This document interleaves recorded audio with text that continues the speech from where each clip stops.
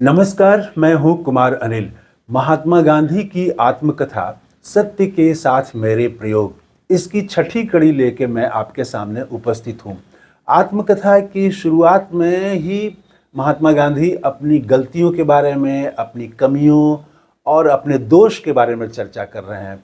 पिछली कड़ी में हम लोगों ने बात की थी कि गलत संगति के कारण, गलत दोस्त के कारण कैसे उन्होंने अपनी पत्नी पर भी शक किया, कैसे वो एक बार वेश्यालय भी चले गए। तो इसकी चर्चा हम कर चुके हैं। आज हम बात करेंगे कि गांधी लिख रहे हैं कि जब उन्होंने पहली बार चोरी की, 2 बार चोरी की है। तो पहली बार जो चोरी की वो बहुत कम उम्र में, और दूसरी बार जो चोरी की तो उसका उन्होंने प्रायश्चित किया।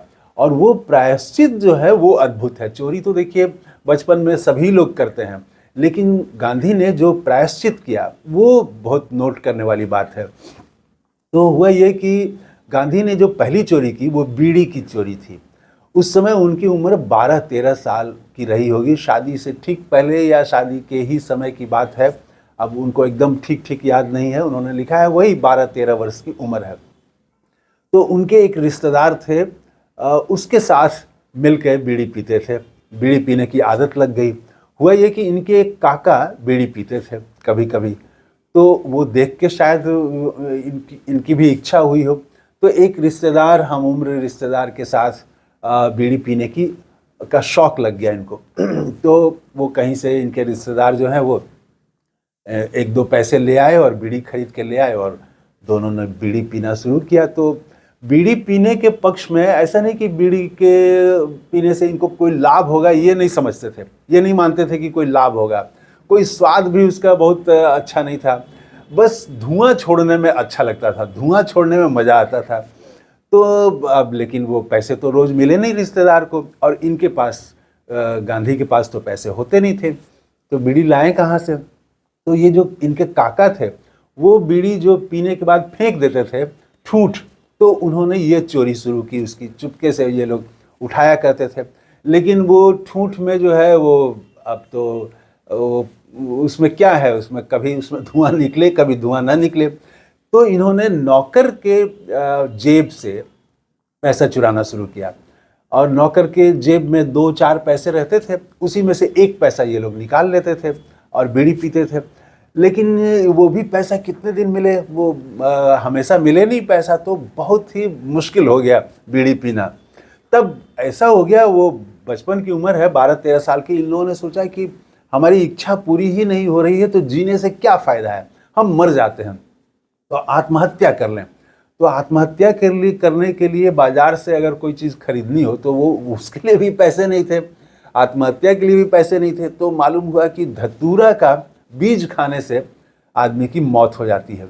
तो ये लोग दोनों जंगल में गए, और जंगल में जाके वहाँ से मुश्किल से धतूरा का बीज जो है वो खोज के ले आए, और एक समय निश्चित किया और जाके मंदिर में, केदारनाथ जी का मंदिर था वहीं बगल में, तो मंदिर में जाके ये लोग वहाँ पूजा की, इन लोगों ने दिए जलाए घी के, सब चीज़ दर्शन किए, और उसके बाद एक एकांत जगह में जाके ये लोग बैठ गए कि अब आत्महत्या करना है। लेकिन जब वहाँ बैठे तो आत्महत्या की हिम्मत नहीं हुई। अब फिर कई सवाल मन में उठने लगे। उसमें एक सवाल ये था कि मान लीजिए आत्महत्या हम कर भी लेते हैं तो इससे क्या फ़ायदा होगा, मुझे क्या फ़ायदा होगा, मैं तो रहूँगा ही नहीं, तो फ़ायदा क्या होगा। और फिर मृत्यु के बाद जो है वो, उसके बाद क्या होगा, और अगर नहीं मरे तो, ऐसे बहुत सारे, अगर नहीं मरे तो ये बचपन का सवाल है। तो ऐसे सवालों में ये घिर गए, और वो फिर 1-2 धतूरा का बीज मुश्किल से खा पाए, ज़्यादा नहीं खा पाए ये लोग, और चुपचाप फिर दर्शन करके ये लोग लौट आए। लेकिन उसका असर ये हुआ कि वो जो एक एक्सट्रीम में चले गए थे कि अब जीना नहीं है, तो आत्महत्या तक का जो विचार आ गया, तो इससे बीड़ी पीने की आदत छूट गई, दोनों की छूट गई। तो और फिर उसके बाद तो जीवन में खैर पिए ही नहीं वो गांधी, धूम्रपान कभी किए ही नहीं। तो पहली चोरी ये थी। दूसरी जो चोरी थी वो ज़्यादा गंभीर है, गांधी ने लिखा है कि वो ज़्यादा गंभीर है। तब उनकी उम्र 15 वर्ष थी। तो हुआ ये कि इनके एक बड़े भाई थे जो मांसाहारी थे, उन पर 25 रुपये का, लगभग 25 रुपये का कर्ज हो गया। अब वो 25 रुपया कहाँ से लाएं, गांधी के पास तो थे नहीं, और वो भाई के पास भी नहीं थे। अब वो कर्ज चुकाना था, समय उसका था कर्ज चुकाने का, उस समय तक चुकाना न था, नहीं चुकाते तो बात फैल जाती। तो अब कैसे वो कर्ज चुकाएं, इसको लेके दोनों भाई बहुत परेशान थे। फिर इनके बड़े भाई के हाथ में एक सोने का कड़ा था, तो दोनों ने तय किया कि इस कड़े, मोटा कड़ा था तो भारी कड़ा, तो उससे अगर 1 तोला निकाल लिया जाए तो उस कड़े पर कोई फर्क नहीं पड़ेगा, पता नहीं चलेगा कि कड़ा से 1 तोला सोना निकाला गया है। तो दोनों ने तय किया और वो उसमें से वो 1 तोला सोना निकलवा के कर्ज को इन्होंने चुकता कर दिया, कर्ज से मुक्त हो गए। लेकिन ये जो किया इन लोगों ने, ये तो चोरी चोरी किया, छुप के किया। अब गांधी बहुत परेशान हो गए। 15 वर्ष की उम्र थी तब तक, तो होश अब आने लगा था, होश संभाल लिए थे बल्कि। तो इनको बहुत परेशान हुए। इनको लगा कि ये तो हमने पाप किया है, ये हमने बहुत बड़ी गलती की है। और ये पिता के भक्त थे, माता और पिता के। तो इन्होंने सोचा कि अब इस गलती का प्रायश्चित कैसे करें। तो प्रायश्चित करने के लिए इन्होंने सोचा कि पिताजी से बात कह दें, स्वीकार कर लें, अपनी गलती को स्वीकार कर लें शुद्ध मन से।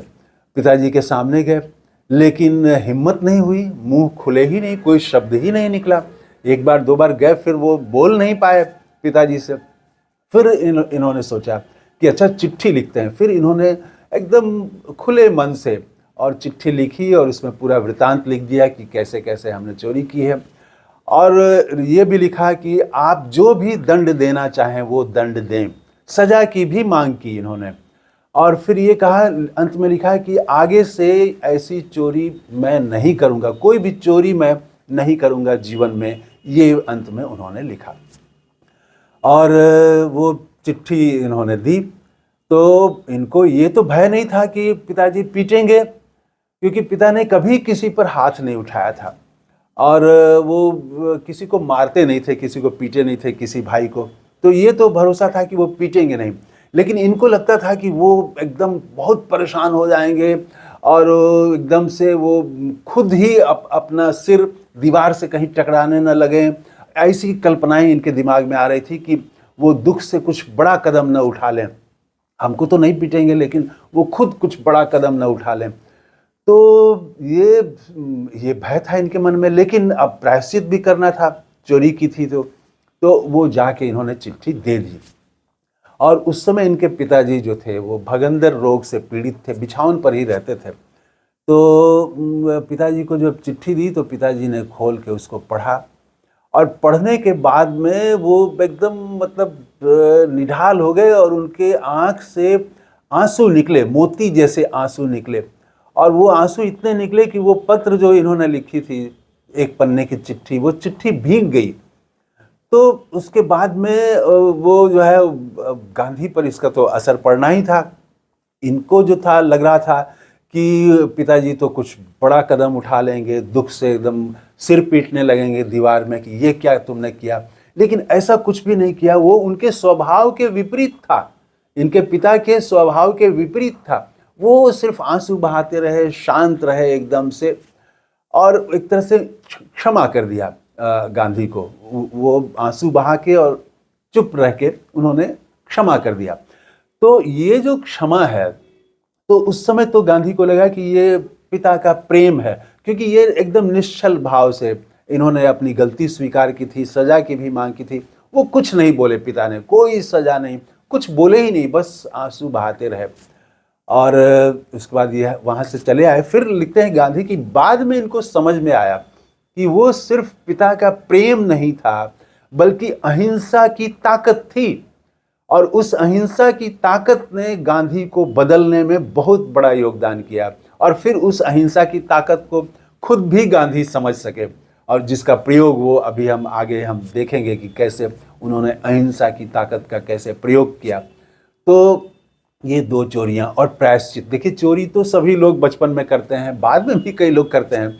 लेकिन चोरी से अगर आपको लगे, देखिए अच्छा और बुरा काम क्या है। अगर आप बुरा काम वो है जब आप करते हुए आपको शर्म महसूस हो, आप छिप के कर रहे हो, आप समाज को बताना नहीं चाह रहे हो, तो वो बुरा काम है। वो पता चल जाता है कि ये हम बुरा काम कर रहे हैं, इसीलिए छिप के कर रहे हैं, पिता को माँ को बता नहीं रहे हैं, किसी को बता नहीं रहे हैं।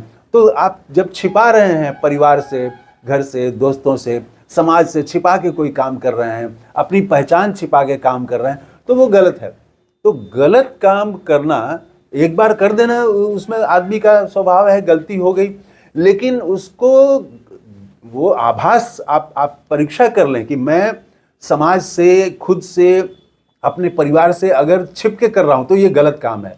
और गलत काम के लिए वो महसूस करके उसको सच्चे मन से अगर प्रायश्चित कर लें तो फिर आदमी बदल जाता है। तो उस चोरी, दो चोरी से यही वो बताना चाहते हैं सत्य के साथ प्रयोग में कि वो कैसे, वो उन्होंने जो चिट्ठी लिखी, स्वीकार किया अपनी गलती को। ये बड़ी बात है। गलती कर देना बड़ी बात नहीं है, गलती तो सबसे होती है। स्वीकार करने के लिए हिम्मत चाहिए। बहुत लोग स्वीकार नहीं कर पाते हैं। तो जब स्वीकार आप नहीं करेंगे कि मैंने गलती की है, तो वो चक्र बन जाता है। वो परिवार में, समाज में, किस संबंधों में, कोई भी आप देखते हैं, कोई आदमी एक ही गलती बार बार कर रहा है तो वो गलत कदम उठा रहा है, तो वो क्यों है? वो स्वीकार नहीं कर रहा है। जिस दिन वो स्वीकार कर लेगा सच्चे मन से, उस दिन उसका परिवर्तन हो जाएगा। काया, उसकी काया पलट जिसको कहते हैं, वो एकदम से कायाकल्प वो हो जाएगा, वो नया आदमी बन जाएगा। तो उस चिट्ठी ने भी गांधी पर बहुत असर डाला। पिता और पुत्र के संबंध में एकदम और ज़्यादा प्रेम बढ़ गया। गांधी लिखते हैं कि पिता का प्रेम उसके बाद बहुत बढ़ गया और मुझ पर उनका विश्वास बहुत बढ़ गया। ये उसका असर हुआ। सच्चे दिल से जब प्रायश्चित किए तो सामने वाले का विश्वास बढ़ जाता है कि नहीं, ये सच्चा आदमी है। तो ये है आज की कड़ी में इतना ही। कैसा लगा कमेंट करके बताइएगा। थैंक यू, धन्यवाद, जय हिंद।